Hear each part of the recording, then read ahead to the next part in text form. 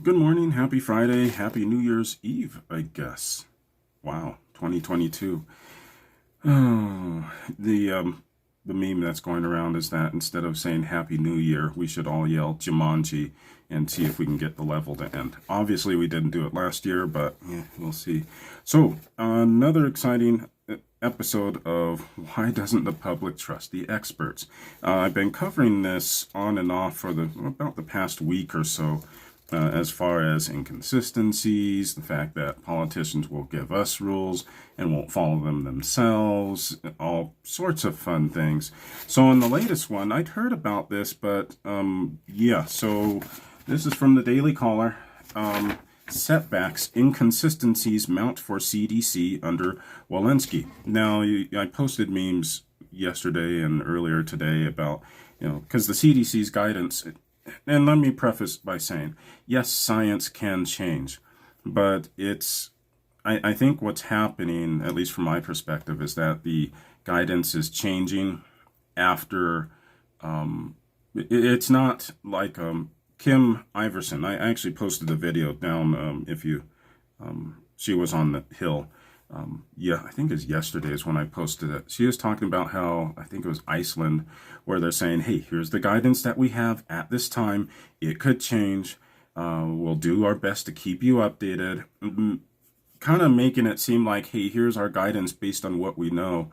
And if it changes, we'll update you, rather than what I think we've dealt with a little bit more over here, which is, this is the science, shut up and trust the science. And then we get guidance that's completely 180, and then, oh no, don't question it, shut up and trust us now, is what it feels like here. So yeah, the memes, of course, were, yeah, the CDC says that instead of 5 seconds, you now have 15 seconds to pick food off the floor, pick up that cookie. CDC says that, as my favorite one, that you should no longer tell your survival pod that you've been bitten by a zombie. It won't end badly, we promise. And so people all across the political spectrum have been mocking the CDC. And granted, the science on this has been changing a lot. But yeah, this is just weird. Good morning, Malia. So yeah, without further ado, again, Daily Caller. Setbacks, inconsistencies mount for CDC under Walensky. Inconsistencies from the Centers for Disease Control and Prevention and Director Rochelle Walensky have continued as the Omicron wave sweeps across the U.S. I don't. The wave of, like, you can see the wave of the virus. Oh my goodness. Walensky told the public in a Good Morning America interview Wednesday that PCR tests for COVID-19 can stay positive for up to 12 weeks after infection. For that reason, Walensky said, a negative PCR test would not be needed to leave quarantine or isolation under new CDC guidelines. So we would have people in isolation for a very long time if we were relying on PCRs, Walensky told Good Morning America. Rapid antigen tests aren't good indicators for whether someone is actually contagious with COVID-19, Walensky said. We know it performs really well during the period where you're initially infected, but the FDA has not at all looked at whether your positive antigen really does correlate to whether or not you're transmissible or not. Nearly 2 years into the pandemic, this is the first time Walensky has told Americans that they could test positive on PCR tests due to a COVID-19 infection that dissipated weeks ago, or that someone could test negative on a rapid test and still be contagious. So the episode is another instance of this CDC failing to keep Americans in the loop with the most up-to-date information on the pandemic. The admission raises questions about the accuracy of the test which the CDC has been basing its guidance on. Some doctors have warned for months that PCR tests can be oversensitive, but as commentator Yossi Gestner pointed out, Americans have been forced to stay at home, miss events, and isolate themselves for almost 2 years now based on potentially false positives from oversensitive PCRs. So she comments that This means that for the past 21 months, people sat at home for extra days and weeks because their test came back as an irrelevant positive. We didn't know this 6, 12, or 18 months ago? Really? And then also comments, "Hi, CDC Director." This is another tweet from her. "Does this mean that we won't need a negative test for 48 to 72 hours before flying into the US since fake/irrelevant positives can linger for 12 weeks? This is kind of, now again, should you be testing? Should you be trying not to spread COVID? I mean, it's kind of like the same as, and not saying it's the same as any other disease, but I mean, growing up at work previous to this, if you're sick, you should stay at home. Common sense. Yeah, if you're coughing up a lung or whatever, or blowing your nose all over half your coworkers, you should probably stay at home. So the testing is supposed to be an extension of that, right? But this is, again, per the, let me go back to this first page. So a PCR test can show as positive for up to 12 weeks after you've actually had COVID. And then the rapid antigen tests can detect whether you have the thing, the COVID, but don't really tell you.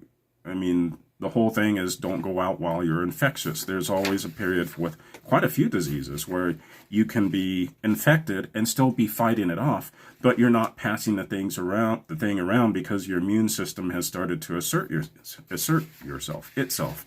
So that means that the PCR test and the rapid antigen test aren't doing what they're supposed to do, like, at all. Or you can detect that you're sick with the rapid test, but the PCR test can say that you're sick up to 12 weeks later. So that means either you're quarantining yourself far longer than you should, or you're quarantining yourself, but the period of danger has passed. And so this whole thing about, well, I'm tested positive, so that means I stay at home. Well, maybe you've already been spreading the virus around for 2 to 3 weeks. The fact that we're just now finding this out, I mean, shouldn't this have been, like, I don't know. Again, I'm not the doctor here, but shouldn't this have been one of the first things that we're figuring out, especially if we're going to keep people at home and force mandates and all sorts of other things? Wouldn't this be the first couple of things that you would have figured out, or are the tests accurate? And again, there have been, shall we say, rumors and comments that the tests weren't accurate for the past year and a half, 2 years, but you were banned on social media for questioning the tests. So this was part of the science that we weren't able to debate. And now we're finding out 2 years into the pandemic, and we're just now finding out that one test is complete crap for 12 weeks after you've actually had the virus. The other one may or may not give you the information that you need. Why are we testing if they don't do a lick of good? I don't know. Again, they could do some good, I guess, but this is the fact that we've been destroying people's lives and forcing people into isolation based on tests that aren't accurate. I don't know. All right, I better continue before I go on a rant. So the second part. So this is something else that I've covered, but yeah, let's get into this. Breaking Points, the Breaking Points channel, Crystal and Sagar actually went over this, but it's a good one, so I'll breeze over this. So this has become a pattern for the public health leadership. This fall, Walensky defended CDC guidance that all children aged 2 and older wear masks in schools by citing a study from Arizona, which found that schools with mask mandates were 3.5 times less likely to experience COVID-19 outbreaks. However, the study was picked apart by medical experts. Not all of the schools included were even open for the duration of the study, and it defended an outbreak as simply having 2 cases in an entire school, and it didn't track whether the transmission actually occurred in the school. So let me say that again. The CDC's guidance, and again, not saying that kids shouldn't wear masks like at all. But the study from the CDC that said that kids should wear masks in schools was based on, again, a study where half the schools weren't even in session. And the schools that had the outbreaks were only 2 cases, neither of which might have been transmitted at the actual school. So, yeah, the study's pretty much crap too. Back in the summer, when breakthrough cases of COVID-19 in vaccinated individuals were incredibly rare, the CDC used questionable data from the now infamous Provinston study to reimpose mask guidance on the vaccinated. The study cited was taken from a sample of just 127 vaccinated infected individuals during a holiday weekend where people were congregating for parties during the Bear Week, celebratory occasion in Provincetown, Massachusetts for gay men. During the spring, I just realized what happened. So vaccinated should wear masks, but you took a small sample from individuals who are congregating at parties, not regular, say, outdoor passing by. Because if you're at a party, you're probably not social distancing. I mean, well, what's the point of a party if you have to stand 20 feet away from each other? Ugh, that's kind of weird too. During the spring, the CDC misled the public about the frequency of outdoor transmission. The agency said that, quote, less than 10% of COVID-19 transmission was occurring outside. In reality, the true number could be less than 1% and possibly as low as 0.1%. So, the rest is kind of more commentary than not. But yeah, this is, again, this is all this to say that science can change. So I covered that a few weeks ago, where the thing about science is that science is never finished. If you Google it, in like one of the major science institutes, it spoke about how science is never finished. And science should also be something where you are able to openly question it. The point of science is be able to have discussions, question the findings. If the findings are solid, they stand. If the findings are bunk or they're not based on great facts or studies, then they're eventually thrown out. But what we're seeing over and over again, I won't say the Daily Caller is using the word misled, and I don't know, again, because the science is changing so fast, I won't necessarily say misled, but the fact that we're given guidance to follow and then told shut up and follow, or you don't believe in science, and then the science is either wrong, it's changed, or it's based on the study where there are outbreaks of COVID at schools, that's why you should wear masks, but half the schools weren't even in session, and the ones that were, we counted 2 students as an outbreak, and we didn't even figure out whether or not the students obtained COVID at the school. Doesn't mean that you shouldn't wear masks at all, or that you shouldn't wear masks if the kid's immunocompromised or their family's immunocompromised. I think that's the parent's decision, maybe the local school board's decision, possibly, but to have a sweeping policy based on a study where half the schools weren't even in session seems, if I ran that type of stuff with my clients, oh, how'd you figure out this statistic? Oh, I just guessed and took random things. I wouldn't have a job. Like, seriously. So, I don't know. It's like, again, it's for a lot of people, this is a serious thing, especially if you're immunocompromised, overweight, have diabetes, old, whatever. And the fact that we can't seem to get a either straight answer or, hey, we were wrong, this is the guidance, or even in this case with the PCR and the rapid tests, 2 years, and we're just finding out that they're not really doing what they're supposed to do. But we've based a lot of guidance on it, and shut up and follow the science.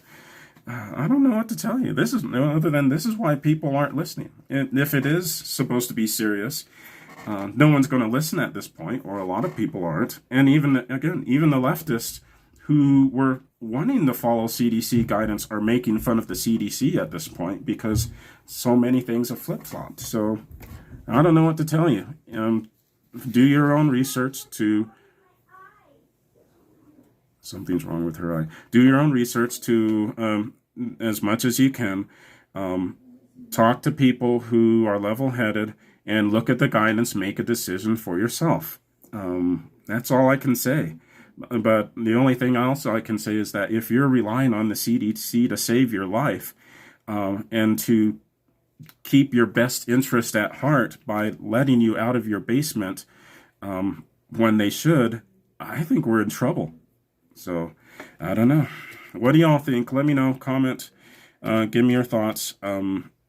I mean, again, I'm trying to come at this like, hey, this is a serious pandemic.